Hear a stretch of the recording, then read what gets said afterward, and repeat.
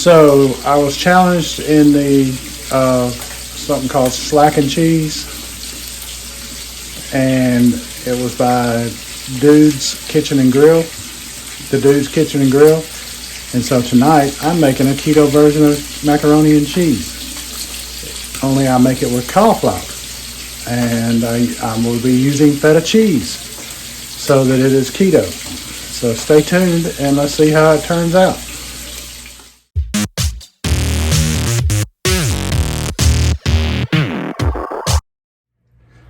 So I've taken my cauliflower, it's frozen cauliflower that I've used, and I have thawed it. I always thaw the frozen vegetables first. I've microwaved it for 3 minutes.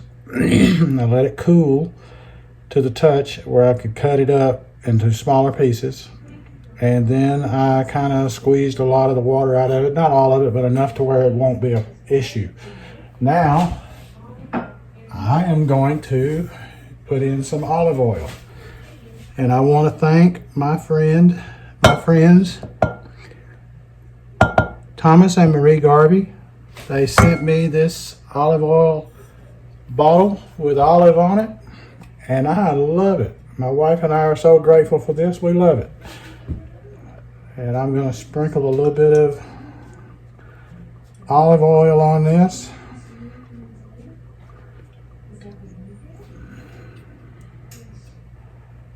Put the cap back on it. This is such a great thing. I love it. Thank you, thank you, thank you.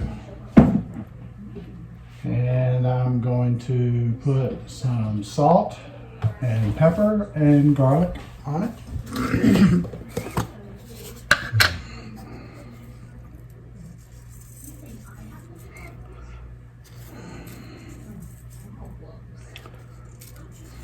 You don't want to use too much salt because there is salt in the cheese that I'm using. So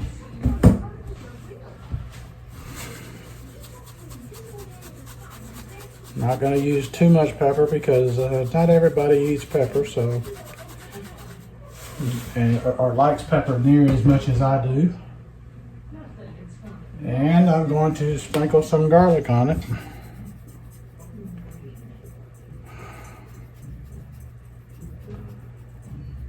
I'm going to finish this up. There's not much left in this.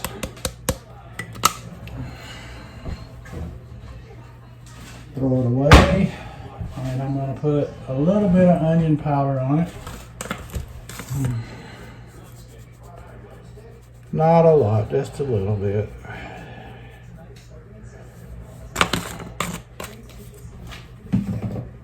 And now we will stir it up. Give it a good mix.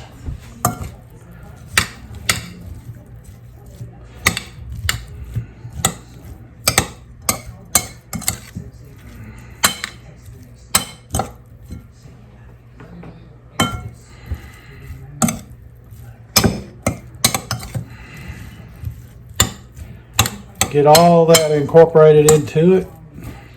Good mix like that. Oops. There's part of the cauliflower I really don't want. So I thought I got all those pieces out. So the next step, I'm gonna move y'all over here, this is a block of feta cheese. And I'm going to put this around the feta cheese.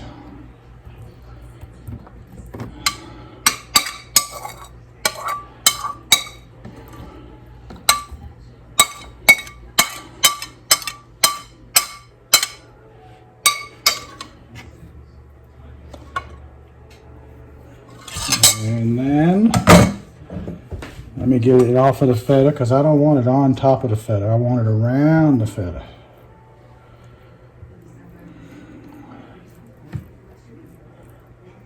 And now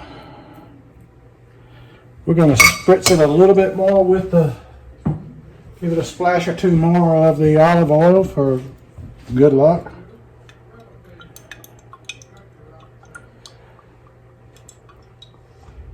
I love this thing. This is so good. It is so good.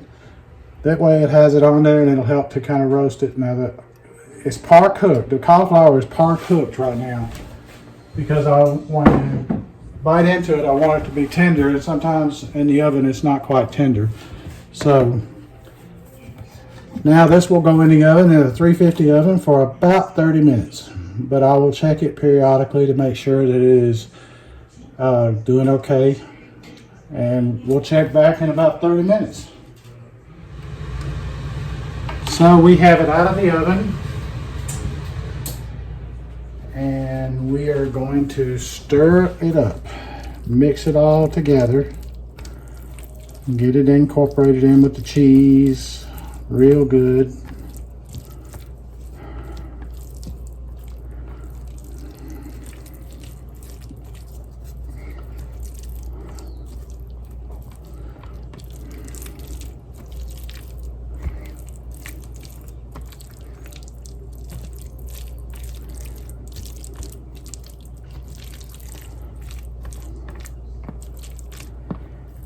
And yeah.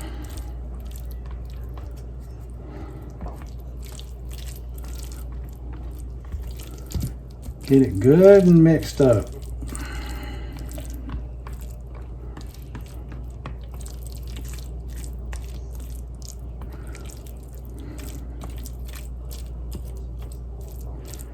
Now you don't have to use the block of feta, but it does do better. You can use the crumbles. It just is easier to get it all centered in the middle and melt up good and so forth. So that's why I use the block. But I promise you, the crumbles will work just as good. Now, there it is. You could put it back in the broiler, under the broiler, and let it get a little color to it so it brown up nicely. You can put some other types of cheese and mix it in, or just put it on top and put it under the broiler. It's up to you what you do with it, but I present to you cauliflower mac and cheese for the Slack and Cheese Challenge by the Dude's Kitchen and Grill. Dude, I hope you did you right. Hope you enjoy this, and welcome. I appreciate you coming in and checking us out at Ketorific Journey. I'm Mike saying, let's be careful out there.